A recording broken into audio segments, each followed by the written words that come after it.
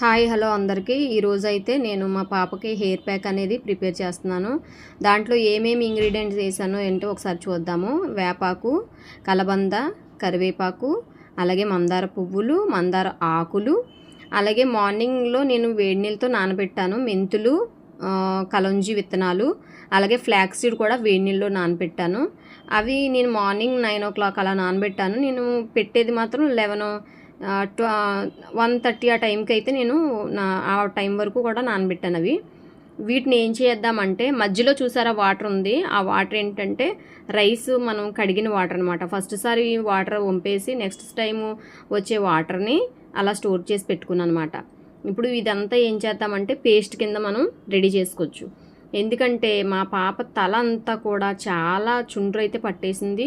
తర్వాత ఏంటంటే ప్రాపర్గా హెయిర్ అనేది చిన్న చిన్న ముక్కలుగా ఊడిపోవడం, హెయిర్ బాగా లాస్ అవ్వడం జరుగుతుంది. నేనైతే ఈ మధ్యకాలంలో అయితే తనకి బాగా నేనైతే చూసుకోలేదనమాట. అంటే వర్క్ పర్పస్ మీద నేను ఏంటంటే కొంచెం అలా ఉన్నప్పుడు ఏంటంటే హెయిర్ అంతా పాడైపోయింది పాపదే.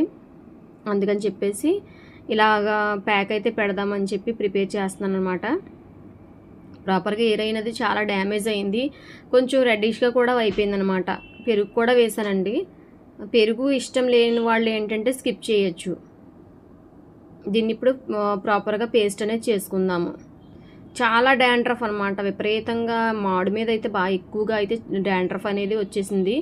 దానివల్ల బాగా హెయిర్ అనేది బాగా లాస్ అవ్వడం కాదు కానీ ఇంకా కూడా హెయిర్ అనేది బాగా కొంచెం చిన్న చిన్న ముక్కలుగా ఊడిపోవడం ఇలా అయితే జరిగింది. చూపిస్తున్నాను చూడండి.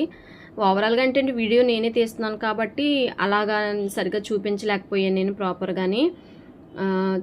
డాండ్రఫ్ చూడండి, ఆ పాపిడి తీసే టైంలో అక్కడ చూడండి ఎంత ఎంత డాండ్రఫ్ అయితే ఉందో చూసారా. చిన్న చిన్నది మొత్తం డాండ్రఫ్ పట్టేసింది. అలాగా తలంతా ఇంచుమించు అలాగే ఉంది, మొత్తం టోటల్గా తలంతా కూడా అలాగే ఉంది. మాడు దగ్గర కొంచెం ఎక్కువగా ఉందన్నమాట. మీకు చూపిస్తున్నాను కదా. వీడియో నేనే తీసి చేయడం వల్ల కొంచెం నేను ప్రాపర్గా సరిగా చూపించలేకపోయాను. ఇంకో చూసారా హెయిర్ అనేది కొంచెం ఎర్రగా కూడా అయిపోయింది. నేను తయారు చేసిన నూనె అయిపోవడం వల్ల నేను నూనె మామూలుగానే పెట్టేస్తున్నాను. తయారు చేయడానికి నేను నూనెకి సంబంధించిన ఇంగ్రీడియంట్స్ కూడా తెచ్చుకున్నాను. అది కూడా నేను చూపిస్తాను వీడియోలోను, ఏమేమి వేసాను ఏంటనేది. ఇప్పుడైతే మనం చేసుకున్న పేస్ట్ని ఏం చేద్దామంటే ఇప్పుడు హెయిర్కి అనేది అప్లై చేద్దాము. చూసారా ఎంత ఎర్రగా అయిపోయిందో. హెయిర్కి అప్లై చేస్తున్నాను చూడండి.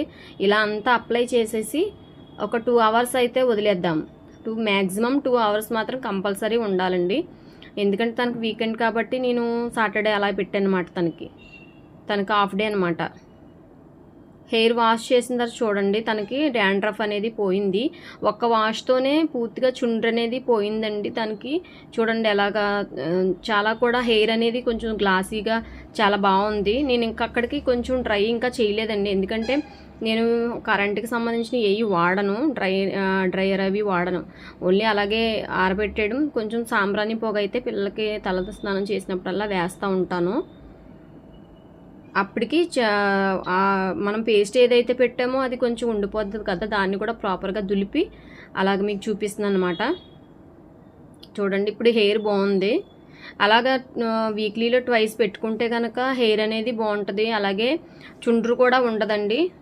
హెయిర్ అనేది చాలా హెల్దీగా కూడా ఉంటుంది. మనం కలిపిన ప్రతి ఇంగ్రీడియంట్ కూడా చాలా హెల్దీ కాబట్టి హెయిర్కి ప్రాపర్గా కావలసినవన్నీ హెయిర్కి అనేది అందుతాయి అన్నమాట. మా వీడియో చాలామంది చూస్తున్నారు. ప్లీజ్ మా వీడియో కనుక నచ్చినట్లయితే లైక్, షేర్, సబ్స్క్రైబ్.